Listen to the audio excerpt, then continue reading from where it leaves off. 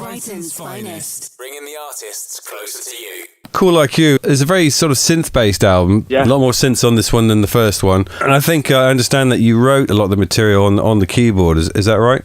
Yeah. And that was kind of like a natural evolution off the back of the first record, because some of the songs on the first record were written on the keyboard as well. So I suppose I just kind of gained confidence from that, and then we invested in a few new keyboards like synthesizers, which we used on Stranger Things and stuff like that. So Yeah. kind of gets you into that world of it, doesn't it? And when we demoed a few songs and wrote, that's when we kind of were like, right, this sounds like an album. There was no like pressure from anyone saying you've got to make a record. It was all writing these songs in between touring the first record, and then because we had a bit of time off for Christmas and these new keyboards, we demoed a couple of the songs, and we were like, oh wow, sounds like a record.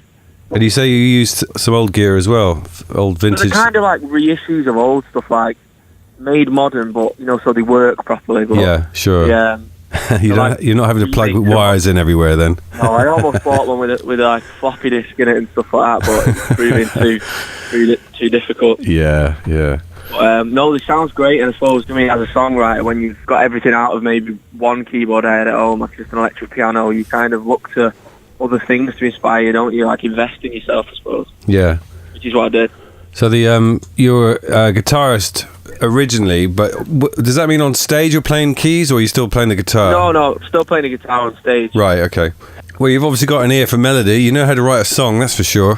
Thanks a lot. And I think you were also inspired. I think you were basically listening to a lot of synth-based music, weren't you? Yeah. Old 80s stuff and more modern stuff. And a lot of playlists on Spotify as well, to be fair. I know it sounds really 2018, but I suppose when you're on the road all the time, yeah, that's what you've got in it at your fingertips, like playlists on Spotify. So you find like synth pop playlists and Grand Theft Auto Vice City, which was a big 80s soundtrack on that video game that we loved growing up. So kind of went back to that, really, like melodic pop songs from the 80s.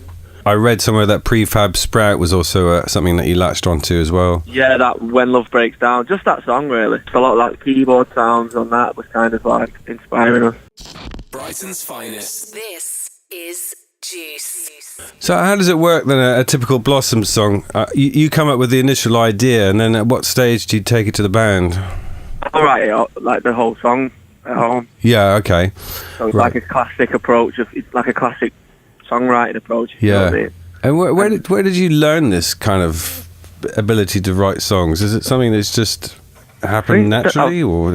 Yeah, a bit of both, and kind of chasing it and working hard at it, really. I mean, Yeah. I've always been able to do it. Like, my dad's got a good ear for songs, and he kind of, even when I was like 14, 15, he was kind of like, these are good songs, you know what I mean? So I was encouraged by that.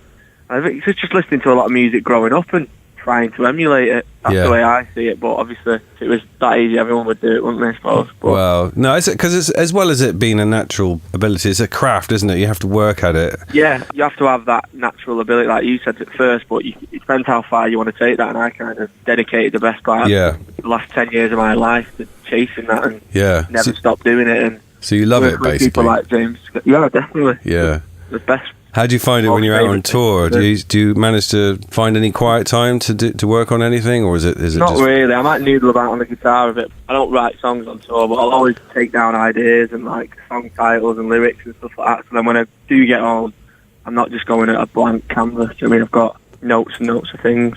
Yeah. So any particular songs on the album that mean the most to you? Is there a favourite song? I really like the last yours? track on the album called Love Talk. Yeah. That's kind of where I'm at in my life now, and it's like a long-distance love song, which I don't know, I've always found it more difficult to write positive love songs, if you know what I mean. Sure. Lyrics can sound cringy, can't they? Do you know what I mean? If you don't get it right. Yeah. Whereas when you're unhappy, it's easy to just say exactly how you're feeling, but that one kind of sums up what it's like being in a relationship on tour.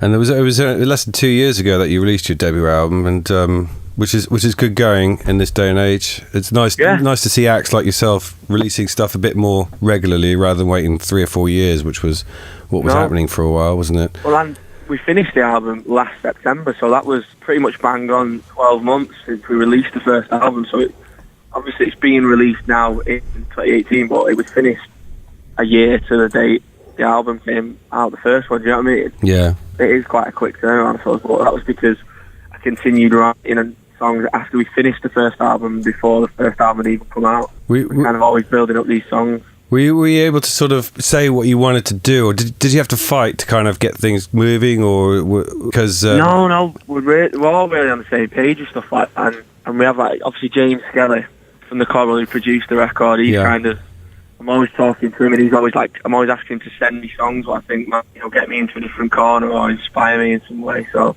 no one was pulling in any other direction. It was kind of, people just left me to write songs, and then once I felt like I had a batch which I wanted to show people, I did, and then me and Miles, the keyboard player, demoed them, and then that's when I said before, like, they started sounding like a record, like from the same world, if you know what I mean.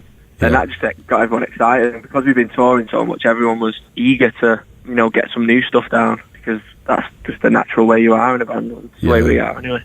So obviously there was some interesting stuff going on about when you made that mockumentary. Oh yeah. But you've obviously got, just for people who don't know, the mockumentary was basically kind of a fictional account of you guys kind of splitting up, I think, wasn't it? And and setting up some kind of helpline for distraught fans and stuff like that. So basically, we'd finished the record last summer, and we knew we wanted a little bit of time off to make fans and people be like, oh, where are Blossoms? Like, do you know what I mean? We want a new album, instead of just releasing it straight away. Yeah. So then, seeing like what the 1975 and Taylor Swift have done with social media, and they delete things, and everyone's like, oh, where have they gone? But I was like, we're not big enough to do that. What's our version of it? So came up with the idea to, as if with the time off, people are like wondering what's going on, and people are not sure within the band camp what's going on with the band, and they've all got these kind of jobs in the meantime to try and, you know what I mean? Yeah. Pass it along, and obviously they're all really stupid things, like Joe's an ice cream man, Charlie's football mascot. Yeah. That kind of thing. So once we had that made, we knew it was like funny, and people would like love it and know what we were doing, and then we'd leave a teaser at the end that we were releasing new stuff. But instead of just releasing that out of the blue, that's why we did the fake argument and then the helpline, as if like we were like in sort of limbo and maybe arguing and stuff.